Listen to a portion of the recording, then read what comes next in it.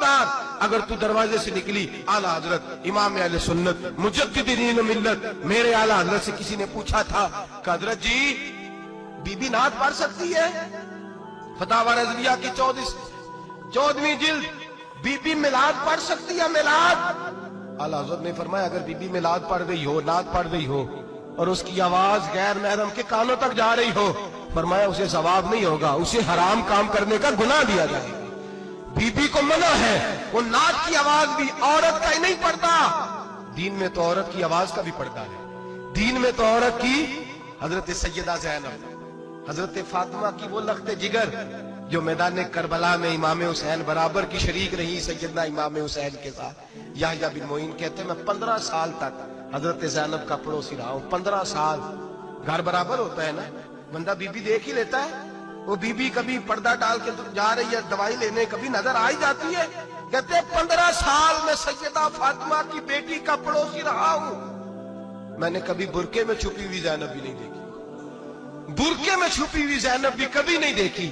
हजरत अब्दुल्ला बिन जाफर तैयार जनाबे अलीउल मुर्तजा के भाई थे, उनके बेटे के साथ इनका निकाह हुआ था, बीमार हो गई।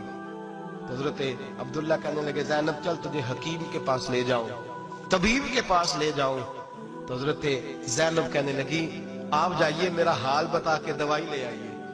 तो हजरत अब्दुल्ला जाफर तैयार कहने लगे शरीयत में गुंजाइश है डॉक्टर के पास जाने, हकीम के पास जाने की गुंजाइश है, तू चलती क्यों नहीं? तो हजरत ज़ैनब कहने लगी शरीयत में गुंजाइश तो है, पर अब्दुल्ला मेरी मजबूरी ये है कि मैं फातिमा की बेटी हूं। शरीयत में गुंजाइश तो है पर मेरी मजबूरी ये है कि मैं हुसैन की बहन हूं। शरीयत में गुंजाइश है पर मैं हसन की बहन हूं।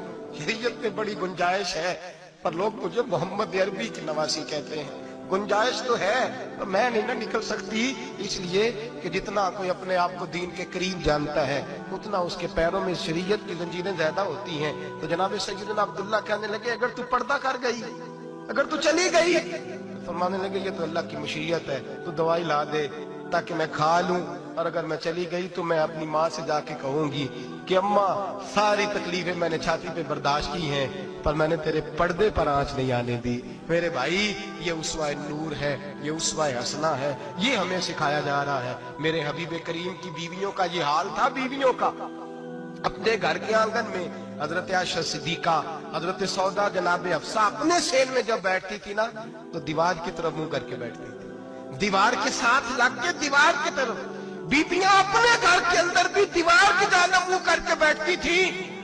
लोग पूछती, बीबियां पूछती कि अपने घर में भी दीवार को मुंह करने का मतलब? कहती हो सकता है कुछ छत पे चढ़े अचानक नजर पड़े, तो हम चाहती हैं फिर भी हमारा चेहरा नजर ना आए उसे, फिर भी हमारा चेहरा नजर। हम अपने घर के अंदर भी पाबंद रहती हैं कि हमारे चेहरे नजर ना आए। खुदारा बड़े पैसे जिंदगी में लुटाए हैं, 1000 1500 बुरके पे भी खर्च करो, वो घर ले जाओ, वो अम्मा को भी दो, बहन को भी दो, बीवी को भी दो, उसको कोई ये पहन ले।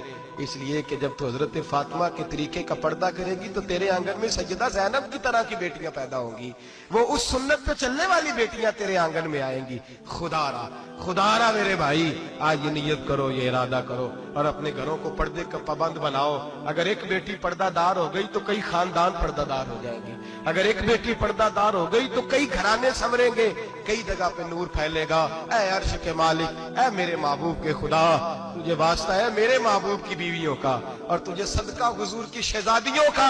ऐ अल्लाह इतना करम बरसा, इतनी रहमत बरसा कि मेरे वतन की बेटियां और मेरे वतन की माएं बहनें बच्चियां ये समझ जाए कि हमारी निजात सिर्फ हजरत फातिमा के बुरके में है, हजरत आयशा के पर्दे में है, सैयदा खदीजातुल कुबरा के हिजाब में है। अल्लाह करे ये समझ जाए और ये जब भी सजदा करें तुझसे हयाई मांगे, ये तुझसे जब भी सजदा करें ये तुझसे अपने लिए चादर ततहीर और पर्दा तनवीर ही मांगे।